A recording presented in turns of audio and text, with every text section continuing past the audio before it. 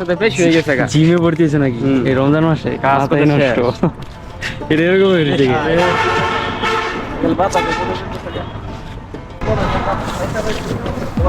এখানে হচ্ছে আমাদের বাইকগুলো পার্কিং এ আছে, পার্কিং লটে।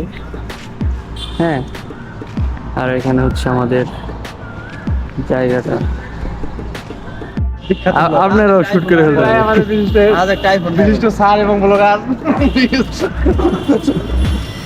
গাইস, আজকের এই ঘাটাইল ইফতার মাহফিলের আমাদের সম্মানিত স্যারের সাথে আমি এখন কথা বলবো।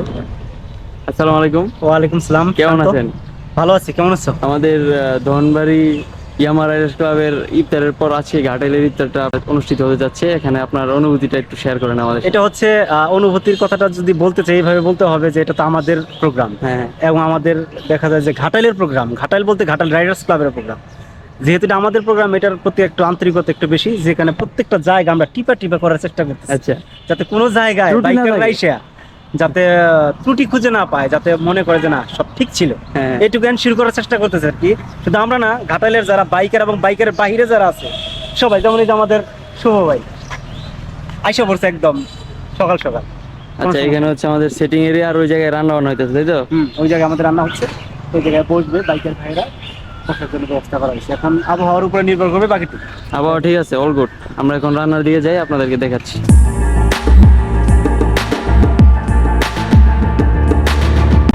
ওকে গাইস, তো দেখতে পাচ্ছেন ইতিমধ্যে আমরা আছি ঘাটাইল রাইডার্স ক্লাবের যে ইফতার মাহফিল সেই মুক্ত মঞ্চে।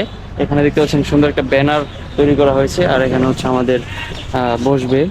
হ্যাঁ, তো এখন আমরা একটু সামনের দিকে যাই এবং আপনাদেরকে রান্না বান্নার যে প্রসেসগুলো রয়েছে সেগুলো একটু দেখানোর চেষ্টা করি। আর আশা করি আজকের ভিডিওটা খুব ইন্টারেস্টিং হতে চলেছে। আমরা এখানে ড্রোন শটের মাধ্যমে আপনাদেরকে আরও ইন্টারেস্টিং কিছু দেখাবো। অ্যান্ড আমরা এখন সামনের দিকে যাচ্ছি।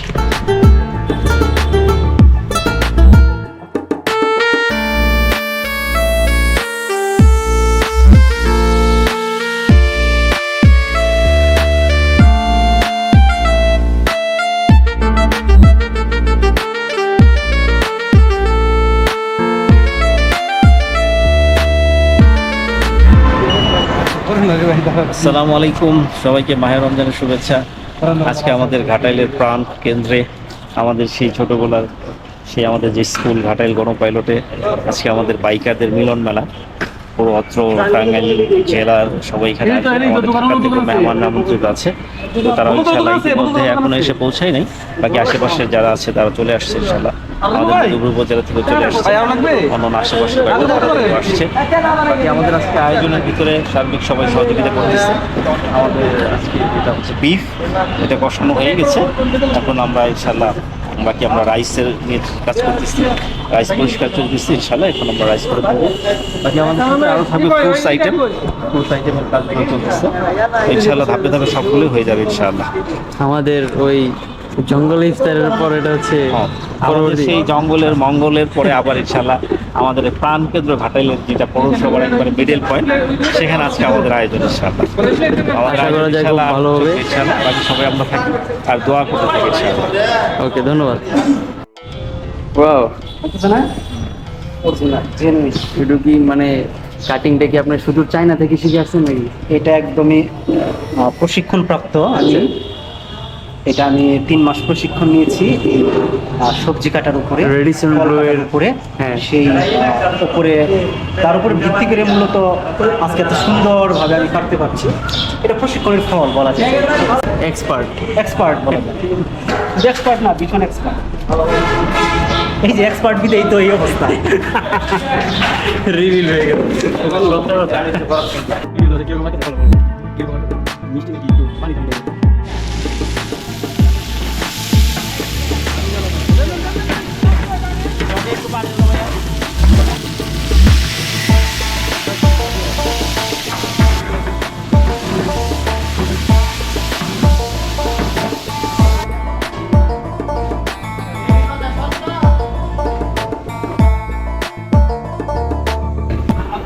সুদূর সৌদি থেকে আইছে, এটা বলে না? কই থেকে?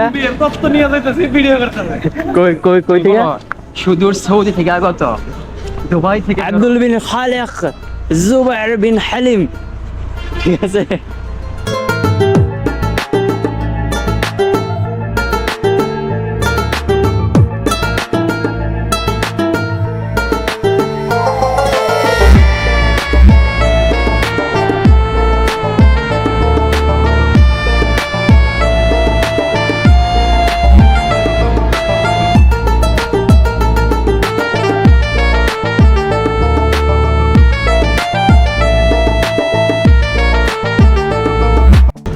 কোবা শামসু ও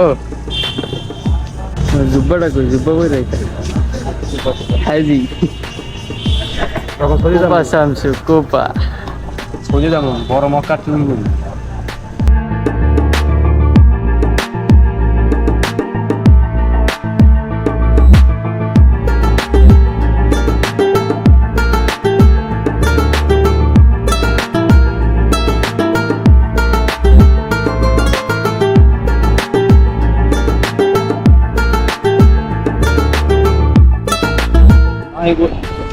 এই দিন থেকে আমরা সব র্যাপিং করছি কোন দিকে Yeah. নাইলাম না ওরাং পর্যন্ত খাবার ব্যবস্থা করতে হবে। আচ্ছা তুমি একটু মোড়ক পোলাও আমার বাইরে ডারনে আসল পে দস্ত গেলাম আমার সুপার দস্ত ঠিক আছে আইনে নিয়ে তখন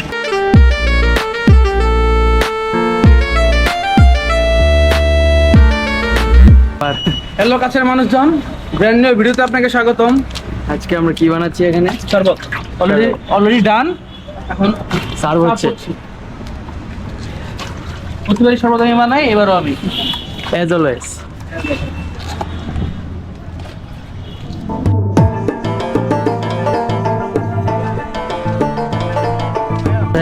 আমরা তো দেখা পাইতেছি না, কই থাকে?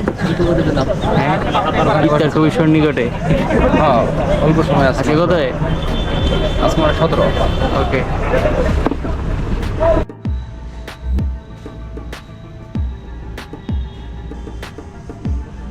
Two hours later. আসসালামু আলাইকুম।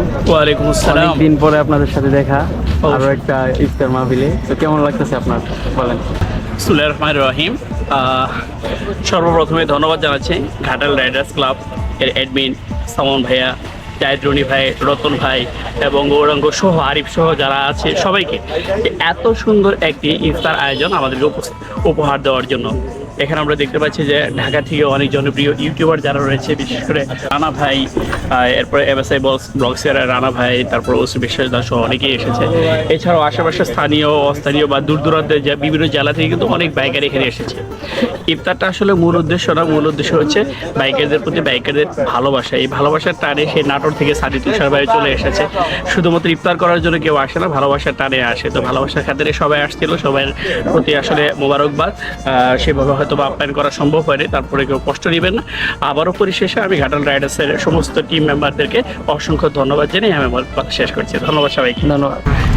দেখাই কত মানুষ তরমুজ কিনতে পারে না, বাজারে নিয়ে একটু খাওয়া তরমুজের দাম বাড়ে, আমি কিনে নেওয়ান পর্যন্ত, কারণ দাম বেশি দেখে।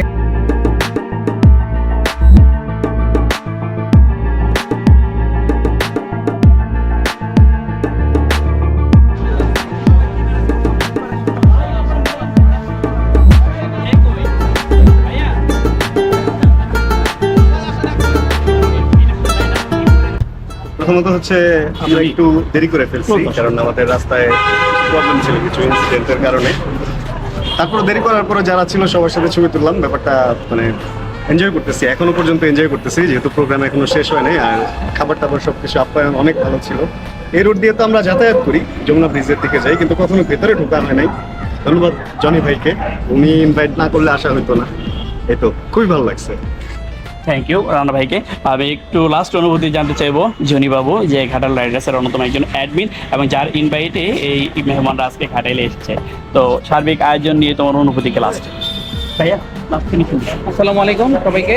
আসলে বলবো মানে তারা আসছে, মানে আমি এত মানে খুশি হয়েছি মানে বলার বাইরে। তাছাড়া এখানে সব থেকে বড় মানে যে আমার বড় ভাই আমাদের সামন ভাই, আমাদের ঘাটাল অ্যাডমিন।